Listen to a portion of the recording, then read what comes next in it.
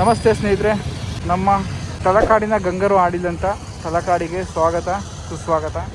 ನಾವೀಗ ಹೋಗ್ತಾ ಇರೋಂಥ ದೇವಸ್ಥಾನಗಳು ಇಲ್ಲಿದೆ ನೋಡಿ. ವೈದ್ಯನಾಥೇಶ್ವರ ದೇವಸ್ಥಾನ, ಪಾತಾಳೇಶ್ವರ, ಮರಳೇಶ್ವರ ಹಾಗೂ ಪಂಚನಾರಾಯಣ ದೇವಸ್ಥಾನದಲ್ಲಿ ಒಂದಾದ ಕೀರ್ತಿನಾರಾಯಣ ದೇವಸ್ಥಾನಕ್ಕೆ.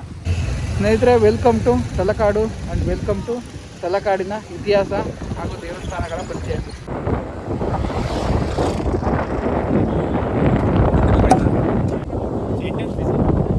ನಮ್ಮ ಮೇಲುಕೋಟೆಯಲ್ಲಿ ಬೈಕ್ಗಳಿಗೆ ಚಾರ್ಜ್ ತೊಗೊಳ್ಳಲ್ಲ. ಎಂಟ್ರೆನ್ಸ್ಗೆ ಕಾರ್ ಗೀರ್ ಆದರೆ ದೊಡ್ಡ ಬಸ್ ದೊಡ್ಡ ವೆಹಿಕಲ್ಗಳಾದರೆ ತೊಗೊತಾರೆ. ಬಟ್ ಇಲ್ಲಿ ಬೈಕ್ಗಳಿಗೂ ಕೂಡ ತೊಗೊತಾ ಇದ್ದಾರೆ. ಓಕೆ, 10 ರೂಪಾಯಿ ಅಲ್ಲ, ದೊಡ್ಡ ವಿಷಯ ಏನಿಲ್ಲ. ಬಟ್ ಇದು ಏನು ಮಾಡ್ತಾ ಇರೋದು ಕರೆಕ್ಟಾಗಿ ಸರ್ಕಾರಕ್ಕೆ ಹೋಗುತ್ತಾ ಅಂತ ಒಂದು ಅನುಮಾನ ಅಷ್ಟೇ, ಇನ್ನೇನಿಲ್ಲ. ಓಕೆ, ಹೊಸ ಊರು ಆ್ಯಕ್ಚುಲಿ ನಮ್ಮೂರು, ನಮ್ಮ ಕರ್ನಾಟಕದ ಎಲ್ಲ ಜಾಗಗಳು ಕೂಡ ನಮ್ಮೂರೇ. ಸ್ನೇಹಿತರೆ, ವೆಲ್ಕಮ್ ಟು ತಲಕಾಡು ಮರಳೇಶ್ವರ ದೇವಸ್ಥಾನ. ನೋಡಿ, ನೀವು ಎಂಟ್ರಿ ಆಗ್ತಿದ್ದಂಗೆ ನಿಮಗೆ ಎಲ್ಲಿ ನೋಡಿದ್ರು ಮರಳುಗಳೇ ಕಾಣೋದು. ಆ್ಯಕ್ಚುಲಿ ಹೋಗ್ಲಿಕ್ಕೆ ಒಂದು ಚಾವಣಿ ಕೂಡ ಮಾಡಿದ್ದಾರೆ ದೇವಸ್ಥಾನದವರೆಗೂ, ಮರಳೇಶ್ವರ ದೇವಸ್ಥಾನದವರೆಗೂ. ಬನ್ನಿ ಹೋಗೋಣ. ನೋಡಿ, ಇಲ್ಲೆಲ್ಲ ಮರಳಿರೋದಕ್ಕೆ ದೀಪ ಹೇಳ್ತಾ ಇದ್ದಾಳೆ, ಮರಳನ್ನ ತೊಗೊಬಂದು ತಂದು ಸುರಿದಿರೋದ ಅಂತ. ಇಷ್ಟು ಮರಳನ್ನ ಯಾರಾದರೂ ತೊಗೊಬಂದು ಸುರಿಯೋಕ್ಕಾಗುತ್ತಾ? ಹಾಂ, ಅದೇ ಮತ್ತೆ ಊರಲ್ಲಿ ಎಲ್ಲೂ ಕಾಣಲ್ಲ. ಆದರೆ ತಲಕಾಡಲ್ಲಿ ಮಾತ್ರ ಮರಳು ಕಾಣುತ್ತೆ. ಯಾವ ರೇಂಜಿಗೆ ಮರಳು ಕಾಣುತ್ತೆ ಅಂದರೆ, ಇಲ್ಲಿ ನೋಡ್ತಾ ಇರ್ಬೋದು ನೀವು, ಎಲ್ಲಿ ನೋಡಿದರೂ ಮರಳೆ. ಈ ಸಹಾರಾ ಡೆಸಾರ್ಟ್ ಹೆಂಗಿರುತ್ತೆ, ಮರಳುಗಾಡು, ಈ ರಾಜಸ್ಥಾನದ ಮರಳುಗಾಡು ಯಾವ ಥರ ಇರುತ್ತೆ, ಆ ಥರ ನಾವು ನಮ್ಮ ಇಡೀ ಕರ್ನಾಟಕದಲ್ಲಿ ನಾವೆಲ್ಲೂ ನೋಡೋಕ್ಕಾಗಲ್ಲ. ನಾವು ನೋಡಬೇಕಾದ್ದು ಕೇವಲ ಈ ಒಂದು ತಲಕಾಡಿನಲ್ಲಿ ನೋಡ್ಬೋದು. ಇದೆಲ್ಲ ಪೂರ್ತಿ ಮರಳೆ. ಇದು ಇಲ್ಲೇನು ಕಾಣಿಸ್ತಾ ಇದೆ ಎಲ್ಲ ಪೂರ್ತಿ ಮರಳೇ ಇದು. ಆದರೆ ಅಲ್ಲೆಲ್ಲ ಗಿಡಗಳು ಬೆಳೆದಿದ್ದಾವೆ. ಇಲ್ಲಿ ಜನಗಳು ಓಡಾಡ್ತಾರೆ ಅನ್ನೋ ಕಾರಣಕ್ಕೆ ಈ ಥರ ಎದ್ದು ಕಾಣಿಸ್ತಾ ಇದೆ ಅಷ್ಟೇ ಮರಳು. ಸ್ನೇಹಿತರೆ, ನಾವಿವಾಗ ಇರುವಂಥ ಜಾಗ ಮರಳೇಶ್ವರ. ನೋಡ್ತಾ ಇದ್ದೀರಲ್ಲ, ಪಂಚಲಿಂಗೇಶ್ವರ ದೇವಸ್ಥಾನದ ಈಗ ಫಸ್ಟು ನಾವು ಇನ್ನೊಂದು ವಿಡಿಯೋದಲ್ಲಿ ಅರ್ಕೇಶ್ವರ ದೇವಸ್ಥಾನ ನೋಡಿದ್ವು. ಈಗ ಮರಳೇಶ್ವರ ದೇವಸ್ಥಾನ. ಬನ್ನಿ ಮರಳೇಶ್ವರ ದೇವಸ್ಥಾನ ವಿಸಿಟ್ ಮಾಡೋಣ. ಸ್ನೇಹಿತರೆ, ನೀವು ನೋಡ್ತಾ ಇರ್ಬೋದು, ಈ ದೇವಸ್ಥಾನ ಸುತ್ತ ಈಗ ಮರಳಿನ ಲೆವೆಲ್ ಏನಿದೆ ಅದಕ್ಕಿಂತ 30 ಅಡಿಯಷ್ಟು ಕೆಳಗಡೆ ಇದೆ.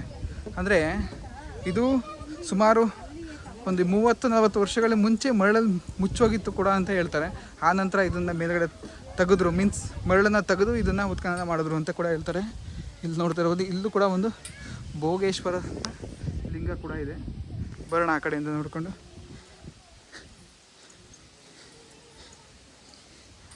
ಈಗ ಅಲ್ಲೇ ಹೋಗಿ ಮರಳೇಶ್ವರನ ದರ್ಶನ ಮಾಡಿ ಅದ್ರ ಇತಿಹಾಸ ಕೂಡ ತಿಳ್ಕೊಳ್ಳೋಣ.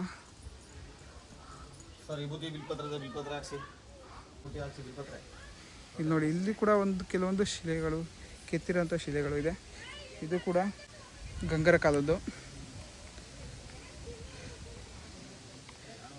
ಯಾವ ದೇವರು ಇರ್ಬೋದು? ಸೂರ್ಯನಾರಾಯಣನ. ಸ್ನೇಹಿತರೆ, ಮರಳೇಶ್ವರ ದೇವಸ್ಥಾನಕ್ಕೆ ನೀವು ನೋಡ್ತಾ ಇರ್ಬೋದು, ಇದೇ ಮರಳೇಶ್ವರ ದೇವಸ್ಥಾನ.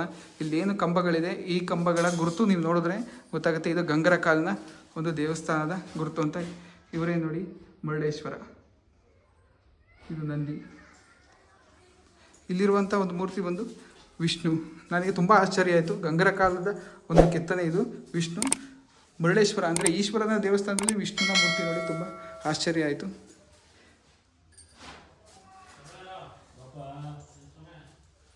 ಕಾಲಭೈರವ ದೇವ, ಇದು ಸೂರ್ಯನಾರಾಯಣ.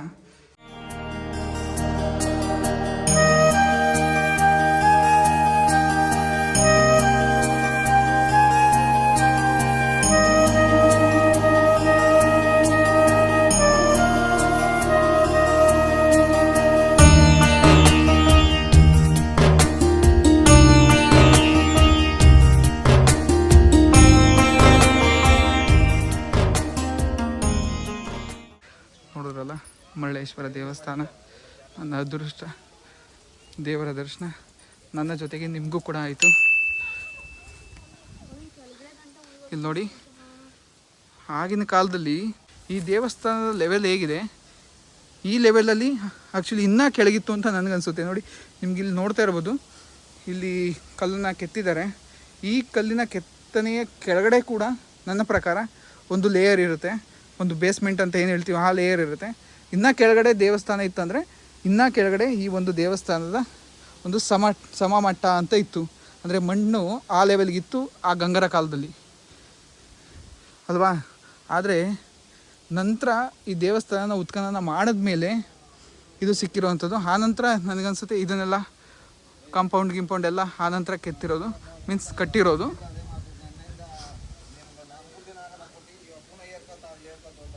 ನನ್ನ ಪ್ರಕಾರ ಈ ದೇವಸ್ಥಾನನ ಇನ್ನೂ ಸ್ವಲ್ಪ ಜೀರ್ಣೋದ್ಧಾರ ಮಾಡೋದು ಒಳ್ಳೆಯದು ಅಂತ. ಯಾಕೆಂದರೆ ನೀನು ನೋಡ್ತಾ ಇರ್ಬೋದು ಇಲ್ಲಿ ಇಲ್ಲಿ ಬಿರುಕು ಕೂಡ ಬಿಟ್ಟೋಗಿದೆ.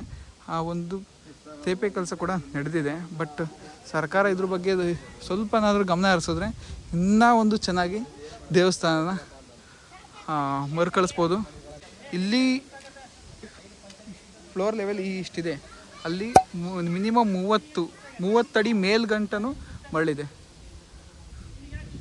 ನಿಮಗೆ ಇನ್ನೊಂದು ಲಿಂಗ ತೋರಿಸ್ತೀನಿ, ಭೋಗೇಶ್ವರ ಲಿಂಗ.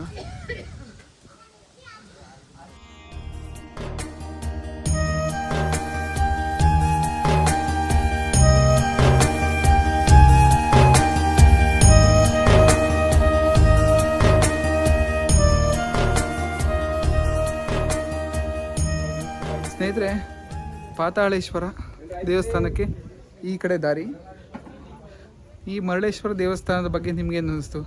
ಆಗಿನ ಕಾಲದಲ್ಲಿ ಕಟ್ಟಿದಂಥ ದೇವಸ್ಥಾನದ ಮೇಲೆ 30 ಅಡಿ ಮರಳು ತುಂಬಿಕೊಂಡಿದೆ.